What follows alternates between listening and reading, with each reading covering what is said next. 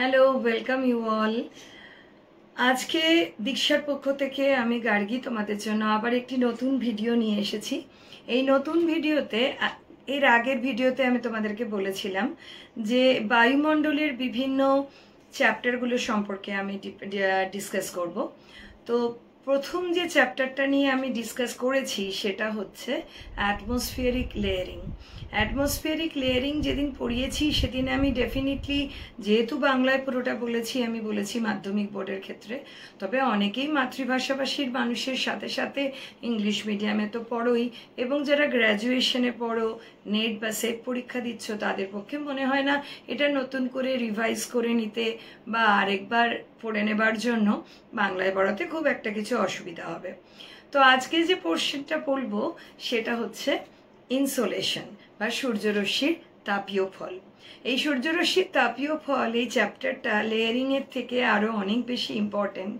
তার কারণ কোনো একটা জায়গায় কি কারণে টেম্পারেচার বাড়ে, কি কারণে টেম্পারেচার কমে, এবং কি কি ফ্যাক্টরগুলো আরও বেশি সেই জিনিসটাকে অ্যাফেক্ট করে, বা number of factors which are responsible for that particular type of insolation, the particular area, that is very important. তো ইনসোলেশন এটা অ্যাকচুয়ালি ইনকামিং সোলার রেডিয়েশন। তো কেটে কেটে ইনকামিং সোলার রেডিয়েশন এই কথাটা যদি তোমরা লিখে থাকো তাহলে দেখবে ইনকামিং এর ইন, সোলারের এসও, বাকি রেডিয়েশনের বাকি অংশটা নিয়ে ইনসোলেশন, সূর্যরশ্মির তাপীয় সমতা জিনিসটা সম্পর্কে বলা হয়েছে। তো পৃথিবীতে সূর্যের যে আলো সেটাই তো অ্যাকচুয়ালি সমস্ত কিছু শক্তির উৎস, এবং সেই আলোক শক্তি থেকেই পরবর্তীকালে গতিশক্তি বা dynamic energy, any kind of energy, যেটাই তুমি বলে থাকো কেন, অল কাইন্ড অফ এনার্জি, সেগুলো একটা থেকে একটা স্থানান্তরকরণ বা তাদের যে স্টেজ অফ ট্রান্সফরমেশন, প্রত্যেকটার ক্ষেত্রেই কিন্তু এই শক্তিটাই চেঞ্জ হচ্ছে। তো ultimately solar energy is the main source of all kind of energy in the world. তো সুতরাং সূর্য একটা বিশাল ইম্পর্টেন্ট জিনিস, বুঝতেই পারছো তোমরা। তো এখন এই যে সূর্যের তাপীয় সমতা, এই যে জিনিসটা সম্পর্কে আমরা পড়ব, সেখানে আমাদেরকে কিন্তু জানতে হবে যে কি কি ধরনের ফ্যাক্টর রয়েছে, যে ফ্যাক্টরগুলো আমার সূর্যরশ্মির তাপীয় সমতাকে বাড়াচ্ছে বা কমাচ্ছে। হ্যাঁ, তোমরা সবাই জানো যে পৃথিবীতে ওয়ার্ল্ডের চোখ বন্ধ করলে যদি তোমরা একটা ওয়ার্ল্ডের ছবিকে ভেবে থাকো, বা কারোর সামনে যদি জিওগ্রাফির বই থেকে থাকে সেখানেও যদি ওয়ার্ল্ডের ম্যাপ তোমরা খেয়াল করো, তাহলে কিন্তু তোমরা দেখবে যে ওয়ার্ল্ডের ম্যাপের মেজরিটি অংশ, অর্থাৎ ল্যান্ডমাসের মেজরিটি অংশ কিন্তু নর্দার্ন হেমিস্ফিয়ারের মধ্যেই পড়ে। সাউদার্ন হেমিস্ফিয়ারের মধ্যে কিন্তু সংখ্যাটা অনেক কম। এখন তোমরা সবাই day night variation, seasonal variation বা ঋতু পরিবর্তন, দিন রাত্রি কিভাবে হয়, the main two movement of the earth, that is rotation and revolution, সেগুলো সম্পর্কে তো মোটামুটি সবাই অবগত। যদিও এই জিনিসটা জিওগ্রাফির ক্ষেত্রে ছোট ক্লাসে প্রথমে থাকলেও মাইনিউট অনেক জিনিসই খুব কম ছেলে মেয়ে পরবর্তীতে মনে রেখে সেই কাজগুলো করতে পারে। কিন্তু কি জানো তো, ভূগোল পড়তে গেলে বা জিওগ্রাফি পড়তে গেলে এই যে রোটেশন, রিভলিউশনের ডেট, টাইম, এবং apparent movement of the sun, aphelion position, perihelion position, কত তার ডিস্টেন্স, এবং পুরো যে অরবিট সেটা মোটামুটি কীরকম ধরনের দেখতে, এই পজিশনগুলো কিসের জন্য চেঞ্জ হয়, তাদের ফলে কি কি হয়, এই দু ধরনের মুভমেন্টের রেজাল্ট কি, সেই জিনিসগুলো সম্পর্কে কিন্তু প্রথম থেকেই মনে রাখতে হবে। শুনলে হয়তো তোমাদের মনে হতে পারে এগুলো মনে রাখার মতো কি বিষয় আছে। এটা কি জানো তো, এটা হচ্ছে অঙ্কের সেই 1 থেকে 100 সংখ্যা শেখা বা নামতা মুখস্থ করা, বা তোমাদের ইংলিশে যেটাকে টেবিল বলে, সেইটাকে মনে রাখার মতন। উঠতে বসতে চলতে ফিরতে প্রত্যেক ক্ষেত্রেই এই জিনিসটাকে যদি না বোঝো, বাকি জিনিসগুলোকে বুঝবে কি করে বলো তো? তার কারণ প্রত্যেকটাই কোরিলেটেড। ইনসোলেশন এই জিনিসটা যে তাপীয় সমতা, সেই তাপীয় সমতা কিন্তু বিভিন্ন জিনিসের ফ্যাক্টরের ওপরে ডিপেন্ড করে থাকে। এই যে বিভিন্ন জিনিসের ফ্যাক্টরগুলোর ওপর ডিপেন্ড করে থাকে, তার মধ্যে সোলার কনস্ট্যান্ট বা সৌর ধ্রুবক রয়েছে, আমাদের অ্যাঙ্গেল অফ ইনক্লিনেশন, সূর্যের রশ্মি কোথায় কিরকম ভাবে কোন অ্যাঙ্গেলে পড়ছে সেটা, duration of the day time period, duration of the night time period. এই যে বললাম, একটু আগেই বললাম যে দিন রাত্রির কথাটা যদি না মনে রাখো, তাহলে তো কোন সময় পিরিয়ডে বা কোন সময়কালে নর্দার্ন হেমিস্ফিয়ারে ডিউরেশন অফ ডে টাইম কমে যায় বা সাউদার্ন হেমিস্ফিয়ারে duration of the day time বেড়ে যায়, সেগুলো তো মনে রাখতেই হবে। কারণ তুমি পড়ছো কোন জিনিসটা না, ইনসোলেশন, সূর্যরশ্মির তাপীয় সমতা। প্রত্যেকটা জায়গা পৃথিবীতে একই ধরনের ক্লাইমেট, একই ধরনের টেম্পারেচার এগুলো কিন্তু নয়। এবং লোকালিও আমরা যখন অনেক সময় বলে থাকি, আরে এদিকে এত বৃষ্টি হয়েছে ওইদিকে হয়নি, তো এটা কেন হয়? বা আমরা একই জায়গায় রয়েছি, একই গোলার্ধে রয়েছি, অর্থাৎ একই দেশের মধ্যে থাকা সত্ত্বেও দেখা যাচ্ছে কলকাতাতে যত না বেশি গরম, বিহার, ধানবাদ, আসানসোল, দুর্গাপুরে তার থেকে অনেক বেশি গরম। এটার কারণটা কি? কি এমন রিজিওনাল ডিফারেন্সিয়েশন বা অঞ্চলগত ভেদাভেদ হচ্ছে, যার জন্য কোনো একটা অঞ্চল থেকে আরেকটা অঞ্চলের ক্ষেত্রে একটা জায়গার টেম্পারেচারের থেকে আরেকটা জায়গার টেম্পারেচারের মানে পার্থক্য থাকছে। এবার এই যে ওয়েদার আর ক্লাইমেট, এই জিনিসটাও কিন্তু এর সঙ্গে ডাইরেক্টলি ইনডাইরেক্টলি রিলেটেড। আমি ডেফিনেটলি তোমাদেরকে এটা ইংলিশ বাংলা করেই বুঝিয়ে দেবার চেষ্টা করব। এবং এখানে একটা জিনিস দেখো, climate is a part of the geographic main subject বলা যেতে পারে, জিওগ্রাফির মেইন সাবজেক্টের একটা পার্ট অফ দ্য মডিউল, যেটা ক্লাইমেটোলজি বা ক্লাইমেটিক জিওগ্রাফি বা মেটিওরোলজি আমরা বলে থাকি। কিন্তু এইখানে ক্লাইমেট অর্থাৎ জলবায়ু আর ওয়েদার অর্থাৎ আবহাওয়া, দুটো জিনিসের মধ্যে পার্থক্য রয়েছে। ওয়েদার হচ্ছে ডেইলি আপডেট, সকাল থেকে বিকেল পর্যন্ত কি হলো, কখন বৃষ্টি হলো, কখন সূর্য উঠলো, কখন ডুববে, আজকে কত পার্সেন্টেজ অফ জলীয় বাষ্প রয়েছে, কত পার্সেন্টেজ অফ জলীয় বাষ্প নেই, কত জোরে হাওয়া বা বাতাস চলাচল করেছে, এইগুলো। আর ক্লাইমেট হচ্ছে একটা ফুল রিজিয়নের 30 বছর ধরে আমরা যদি কন্টিনিউ সেটাকে অবজার্ভ করি, then we have to find out some constant matter. কতগুলো জিনিস কন্টিনিউলি আমরা দেখব যে সেই জিনিসটার রিপিটেশন হচ্ছে। এই যে রিপিটেশন হয়, সেই রিপিটেশন থেকে গড় বা অ্যাভারেজ কিছু জিনিসকে আমরা আগেই কাউন্ট করে নেম অফ দ্য ফিচারের আন্ডারে লিখে ফেলি। যেমন তোমরা যখন অঙ্ক করো, বিভিন্ন ফ্যাক্টরগুলো নিয়ে কাজ করো, কিছু জিনিস থাকে যাকে কনস্ট্যান্ট হিসেবে বা মেইন ফ্যাক্টর হিসেবে ব্র্যাকেটের বাইরে রাখো, just that thing, similar to that thing. তো এটাই হচ্ছে ক্লাইমেট আর weather, that is the basic difference in between them. Weather কথাটার মধ্যে একটা ব্যাপার আছে, weather can be change at any part of the day or any part of the night. অর্থাৎ একটা দিনের মধ্যে, বাংলায় আমরা যে দিন কথাটা ইউজ করি বা ডে কথাটা ইউজ করি, দ্যাট ইজ totally represent a whole day. এটাকে ব্র্যাকেট করে ডে নাইট হিসেবে আমরা কাউন্ট করি না। কিন্তু বেসিক্যালি ওয়েন সায়েন্টিফিক ওয়েতে যদি আমরা কথা বলে থাকি, ডে মিনস দিন, নাইট মিনস রাত।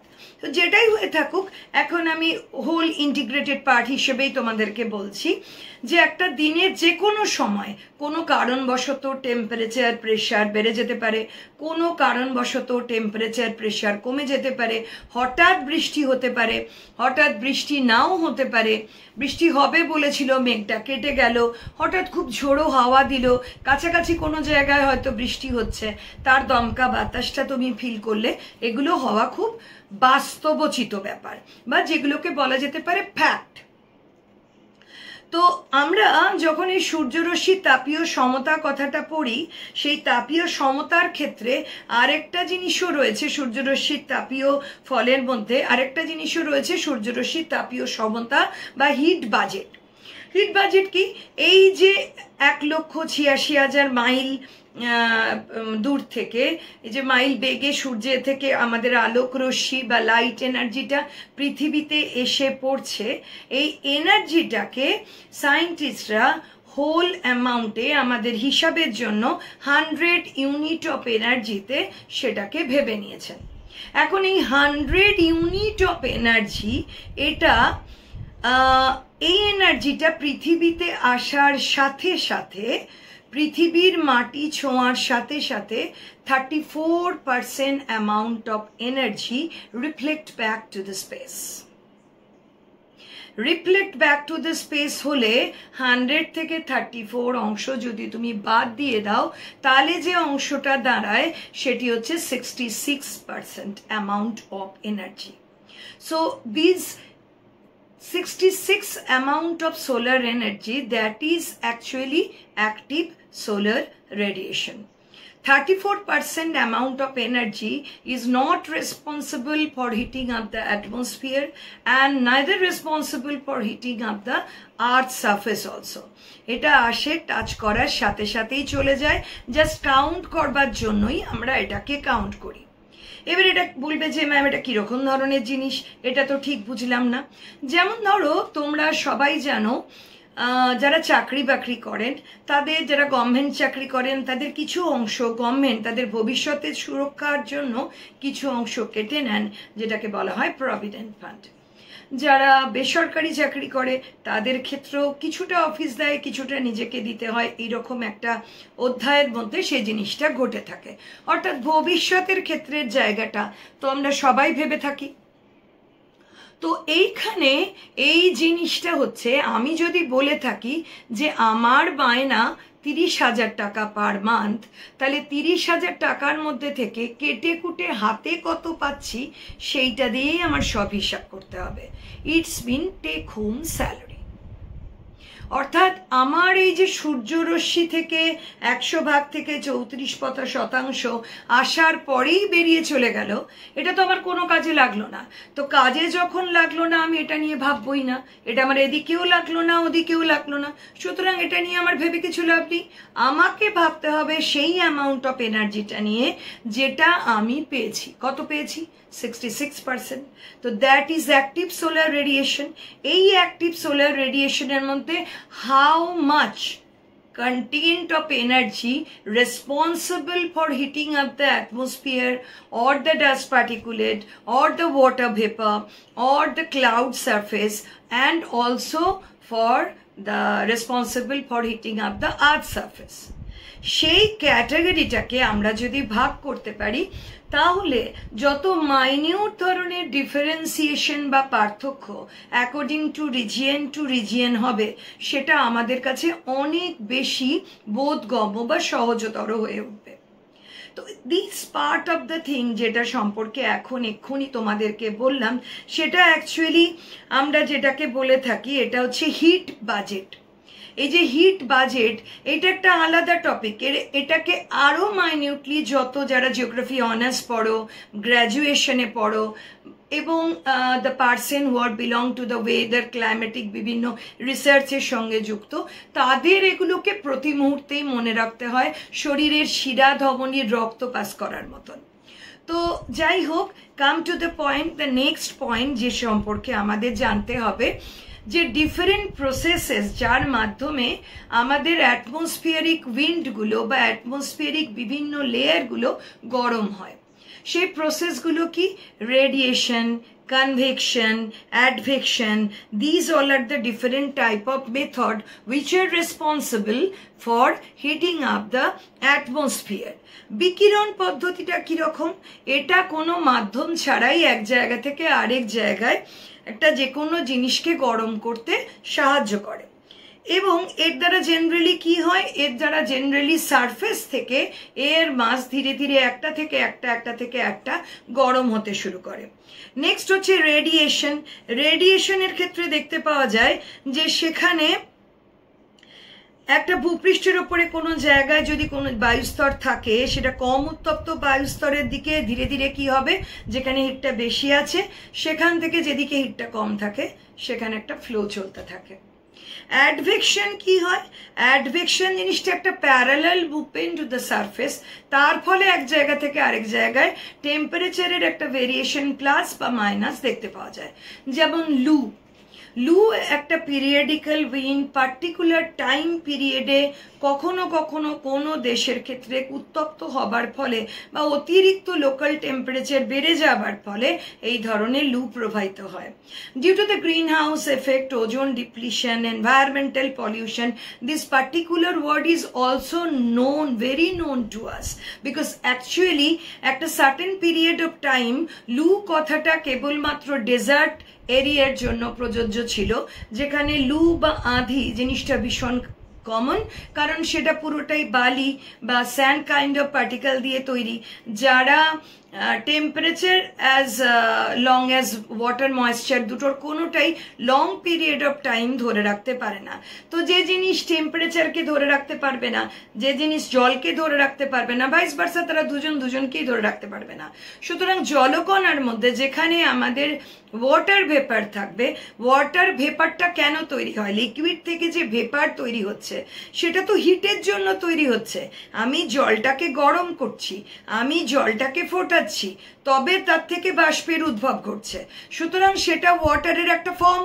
ওয়াটারের তিনটে ফর্ম আছে, একটা লিকুইড ফর্ম, একটা গ্যাসিয়াস ফর্ম, একটা solid form, that you know. সুতরাং এই যে ফরমেশনের প্রসেসের যে স্টেজটা ভ্যারি করছে, সেখানে টেম্পারেচারটা কি করছে?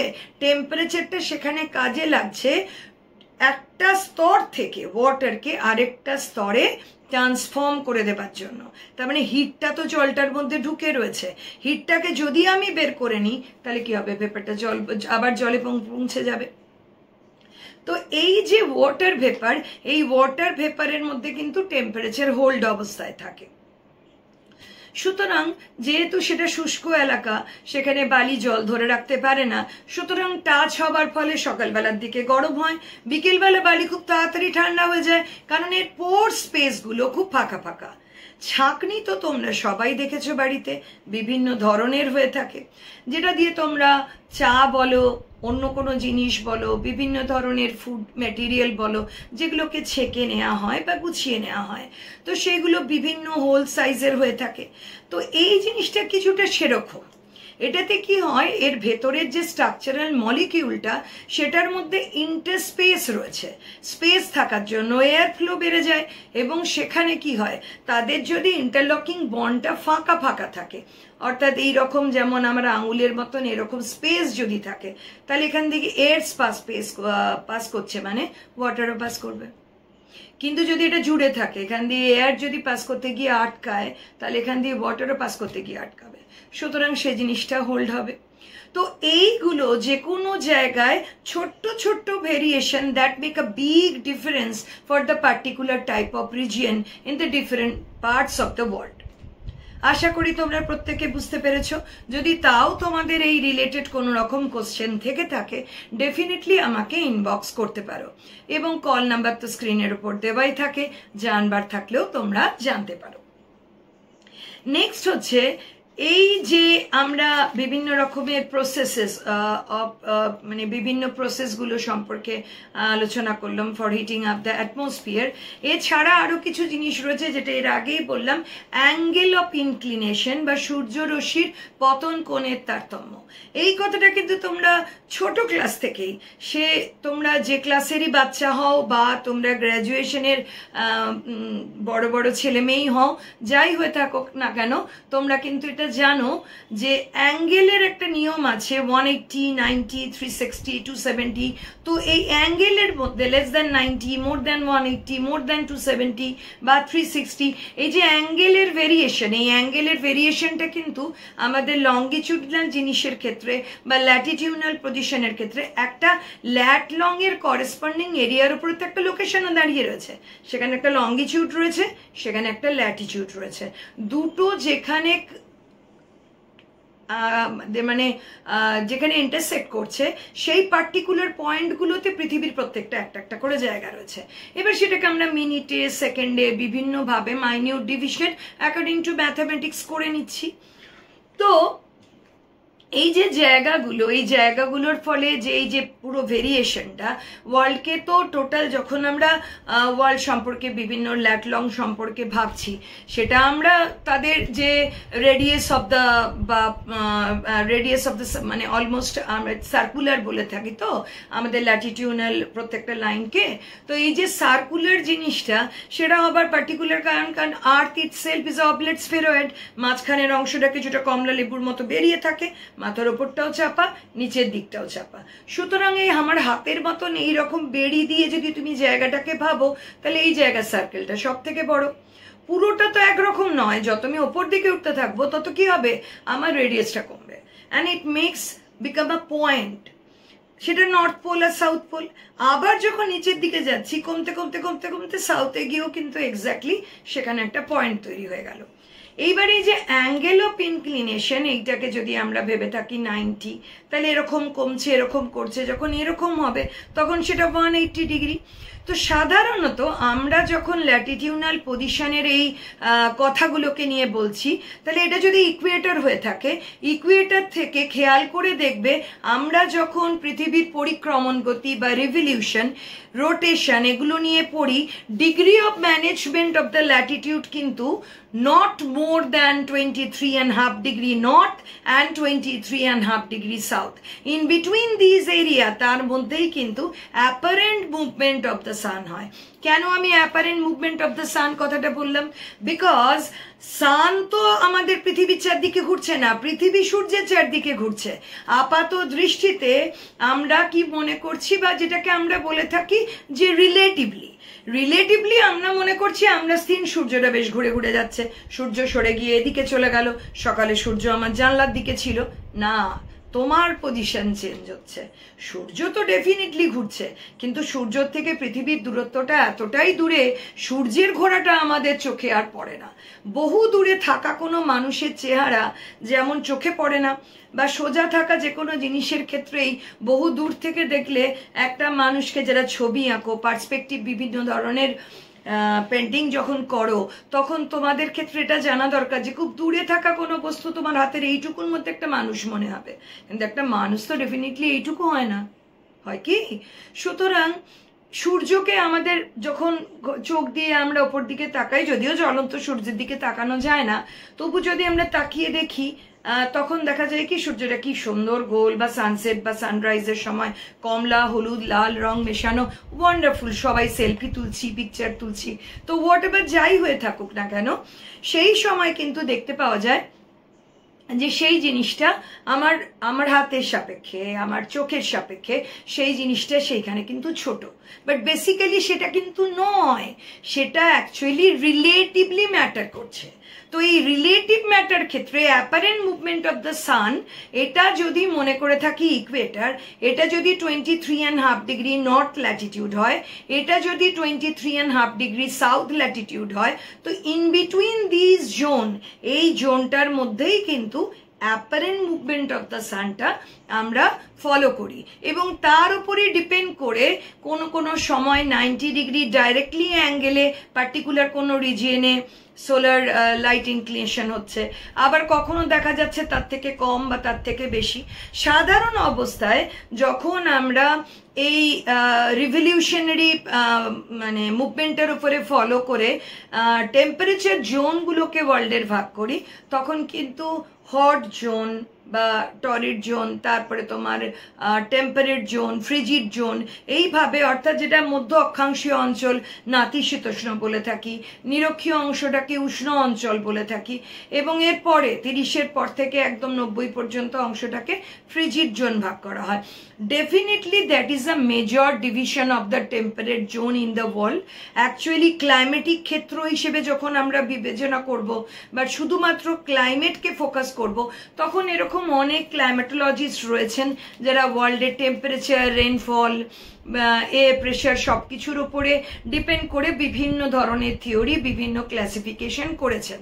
তো সেটা যারা ওপরের ক্লাসে বা একটু উঁচু স্তরে পড়ো, তাদের অনেকের ক্ষেত্রেই জানা। কিন্তু জানো তো, ছোট বড় সমস্ত জিনিসগুলোই আমাদের পড়ার ক্ষেত্রে প্রত্যেকটা সময়ই আমাদের ভেতরে থাকতে হবে, কারণ এই জিনিসগুলো শরীরের বাঁধনের মতন। হাতের কেড়ে আঙুল কেটে গেলে এমনি সময় মনে হয় কি তো এই আঙুলটা কেটেছে, কাটলে আর কি হবে, কেটে গেলে বোঝা যায় বাঁ হাতের কেড়ে আঙুলি কাটুক আর ডান হাতের বুড়ো আঙুলি কাটুক, এই আঙুলগুলি আমাদের পক্ষে কি পরিমাণ উপযোগী। কাজ করতে গেলেই তো 10 বার ব্যথা লাগছে, আবার মাথা পাটলেও তাই মনে হয় মাথা নিয়ে শুতে পাচ্ছি না, বসতে পাচ্ছি না, হাত ভাঙলে মনে হয় হে ভগবান এই হাতটা ভেঙে গেল, কি করে কাজ করব। সুতরাং প্রতিটা জিনিসের তার নিজস্ব ক্ষেত্র এবং ওয়ার্ড পার্সপেক্টিভ অনুযায়ী প্রত্যেকটা জিনিসের একটা আলাদা ইম্পর্টেন্স রয়েছে। ছোট্ট ছোট্ট জিনিসগুলো নিয়েই কিন্তু একটা বড় ইন্টিগ্রেটেড সায়েন্স তৈরি হচ্ছে। জিনিসটাকে বাদ দিয়ে তো তুমি কখনো ভাবতে পারবে না। অর্থাৎ তোমাকে ভেবেই নেওয়া হচ্ছে হায়ার লেভেল অফ স্টাডি মানে তুমি নিচের অংশের এই জিনিসগুলো তোমার শরীরের মধ্যে মনের মধ্যে বসিয়ে ফেলেছো, যা কোনোদিন তুমি ভুলবে না এবং এগুলো ভোলা চলবেও না। কেমন এমন অনেক পারসেপশনাল বা কনসেপচুয়াল কোশ্চেন কম্পিটিটিভ পরীক্ষায় থাকে, যারা এই সাবজেক্টকে মন থেকে ভিতর থেকে ভালো না বেসে এই ছোট ছোট জিনিসগুলো না বুঝবে, তাদের এগিয়ে যাওয়া কিন্তু খুব কষ্টকর। আমি কিন্তু এটা বলছি না যে এগোতে পারবে না, ওই খাটতে হবে বেশি। তো যাই হোক, এরপরে আমাদের এই যে পতন কোণের তারতম্য, নিরক্ষীয় অঞ্চল থেকে যত ওপরে যাব, সূর্য যদি এরকম জায়গায় থাকে তাহলে এরকম জায়গায় আলো ফেলতে গেলে সেটা স্ল্যান্টিং, নিচের দিকে গেলেও সেটা স্ল্যান্টিং, সোজা থাকলে সেটা 90 ডিগ্রি অ্যাঙ্গেলে রয়েছে। তো এই তফাতগুলোর জেরে জোনটা ভাগ হয়। এরপরে আমি যদি মনে করি আমার বাড়ির সামনে একটা বড় খোলা মাঠ আছে, সাইড দিয়ে বাড়ি ঘর রয়েছে, তাহলে গরমকাল হোক ও শীতকাল হোক, ঠান্ডা বা গরম দুটোই কিন্তু আমার ক্ষেত্রে বেশি অনুভূত হবে। তার কারণ খোলা জায়গায় হাওয়া পাস করবে এবং সেক্ষেত্রে কি হবে, গরমকালে আমি একটু আরামদায়ক সিচুয়েশনে থাকবো। যদি আশেপাশটা আমার বাড়ি ঘর দিয়ে ঢাকা থাকে তাহলে কি হবে, লাইট যেমন আটকাবে, বাতাসও কিন্তু চলাচল করবার সময় ধাক্কা খাবে এবং তার ফলে মানে হাই ফ্লোতে বা স্পিডে হাওয়াটা তুমি পাবে না। ঠিক একই রকম যদি ঠান্ডা যদি দেখতে পাওয়া যায় সেখানে কোনো পুকুর থাকে, তাহলে ঠান্ডা হাওয়াটা তোমার বিকেলের দিকে আসবে, যে এফেক্টটা সমুদ্র বায়ু এবং স্থলবায়ুর ক্ষেত্রে হয় এবং বায়ুমণ্ডলের পরবর্তী অন্যান্য জায়গাগুলো বা atmospheric different type of precipitation, different movement of the air mass, এগুলো পড়াবার সময় বিভিন্ন রকমের প্রেসিপিটেশনাল মেথড, এগুলো পড়াবার সময় তো ডেফিনেটলি এগুলো আলোচনা করেই থাকবো। তো এরপরে হচ্ছে ডিউরেশন অফ ডে টাইম আর নাইট টাইম। তো স্বাভাবিকভাবে যদি তোমার দিন রাত্রি সমান হয়, 12 ঘন্টা দিন 12 ঘন্টা রাত হয়, তাহলে কি হবে, ধরে রাখতে হবে যে আমি যে পরিমাণ সূর্যের রশ্মি থেকে হিট এনার্জিকে অ্যাবজর্ব করেছি, সেই অ্যামাউন্ট অফ এনার্জি আবার radiate back to the space. তাহলে মোটামুটি আমার গরমটা একটা মানে সমঝোতাপূর্ণ জায়গায় রয়েছে, না বেশি গরম না বেশি ঠান্ডা। এবার এর সঙ্গে কিছু লোকাল ফ্যাক্টর থাকে, কোন জায়গায় গাছ বেশি, কোন জায়গায় গাছ কম। সাধারণ গরম অবস্থাতেই বলো বা অন্য কিছুই বলো, ছায়া জায়গায় দাঁড়ালে শীতকালে কিন্তু রোদ না থাকলে শীত করবে, গরমকালে ছায়া জায়গায় দাঁড়ালে ইউ ফিল কি হবে, আরাম পাবে।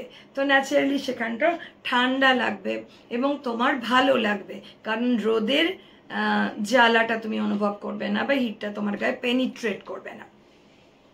এটা যেমন একটা ফ্যাক্টর, তেমনি ক্লাউড কাভার সেটাও কিন্তু একটা ফ্যাক্টর। যেমন সূর্যের যে রশ্মি থেকে আলোটা আসছে, যে পরিমাণ হিট পৃথিবীর এবং বায়ুমণ্ডলের বিভিন্ন উপাদান, ধূলিকণা, জলীয় বাষ্প, এরা সবাই অ্যাবজর্ব করে নিচ্ছে।